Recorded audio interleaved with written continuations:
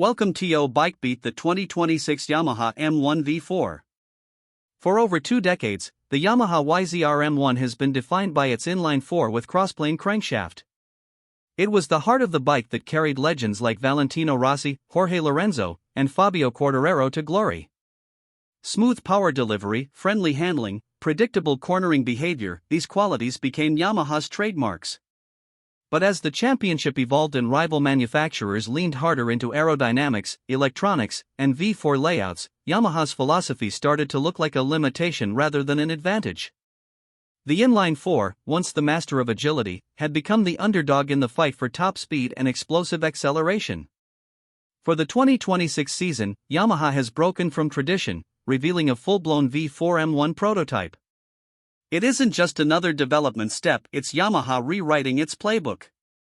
The move to a V4 was almost inevitable. Ducati has dominated MotoGP in recent years with an ultra-refined V4 platform that delivers power like a sledgehammer yet remains manageable thanks to state-of-the-art electronics. KTM and Aprilia have followed similar paths, with Honda also sticking to the V4 formula for decades. These bikes simply have more in reserve when the throttle is cracked open. Yamaha's inline-4 would glide through corners beautifully, but as soon as the track opened up into a long straight, rivals would blast past. The constant struggle of clawing back time under braking in mid-corner became exhausting for riders, and frustrating for the factory. Yamaha's own engineers admitted they had taken the inline-4 architecture as far as it could realistically go under MotoGP's current rules. The 2026 Yamaha M1 V4 is compact, muscular, and carries a different personality altogether. Its 1,000 cubic centimeters V4 configuration fits squarely within MotoGP's displacement limits, but the packaging advantages are huge. The crankshaft sits shorter, mass centralization is improved, and Yamaha has been able to reshape both the chassis and air ducts to squeeze out performance in areas they were falling behind. The engine delivers a much broader torque curve compared to the old inline-4, meaning acceleration from slower corners is significantly stronger. Riders testing the prototype reported that the bike pulls harder out of the hole, particularly in first and second gear, something Yamaha sorely needed. Top speed also looks more competitive, though the team is still fine-tuning aero-drag and gearbox ratios to make the most of it. Of course, a V4 doesn't just drop into a frame and work magic. The entire bike has been re-engineered around it. Yamaha's signature frame philosophy has always leaned toward aluminum twin-spar construction tuned for maximum cornering feel. With the new V4, they had to rethink stiffness balance, pivot placement, and weight distribution. Early test mules showed instability under heavy braking, as the new engine's characteristics shifted load distribution differently. Engineers have been hard at work adjusting swing arm length, pivot heights, and stiffness profiles to restore the feeling riders expect from a Yamaha. Aerodynamics have also taken a leap forward. The 2026 M1 V4 features winglets shaped with sharper edges, designed to maximize downforce under braking while minimizing drag in a straight line. Yamaha has experimented with multiple intake designs, some wide and tall, others narrower and stealthier. The final configuration appears to channel airflow not only for engine breathing but also for internal cooling. A more compact V4 generates more heat density, so cooling ducts have been redesigned to prevent overheating without sacrificing top speed. At the rear, a sleeker tail section aids stability while tucking into the slipstream. On high-speed circuits like Mugello or Qatar, this should help keep the bike competitive during drafting battles. Electronics, as ever in MotoGP, play a crucial role. The V4's punchier torque delivery requires a different calibration of traction control, engine braking, and anti-wheelie systems. Yamaha's electronic engineers are rewriting maps that balance aggression with usability. Riders noted that the bike initially spun up the rear tire more violently than the inline-4, especially when leaned over at corner exit. By adjusting the mapping and refining throttle response, Yamaha is getting closer to a usable balance. The braking behavior has also changed. On track, the M1 V4 has shown glimpses of brilliance. In acceleration tests, it outpaces the outgoing inline-4 on nearly every corner exit, particularly in low and mid-speed sections. Riders have praised its newfound muscle on straights, saying it no longer feels helpless when being drafted. However, it's not without growing pains.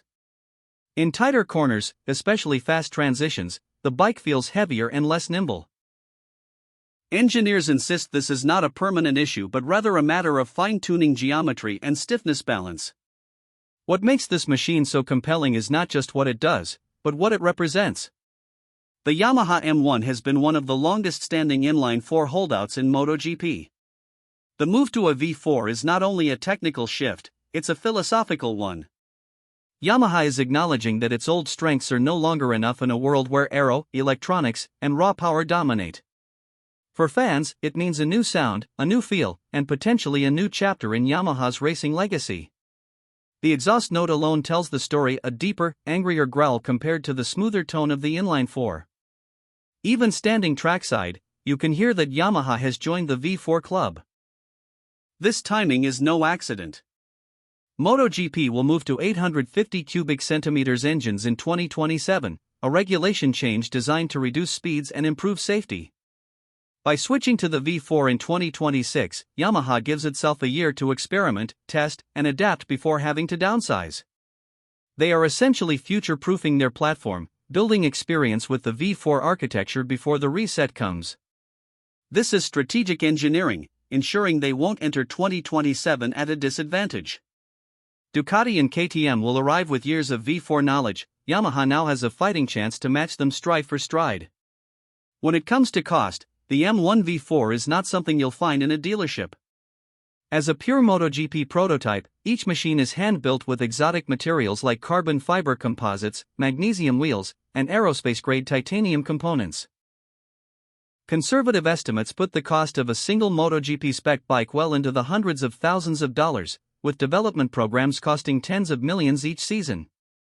For fans who dream of owning something similar, Yamaha's road bikes like the YZF-R1 remain the closest parallel, though the gap between road-legal superbikes and prototype MotoGP machines is enormous.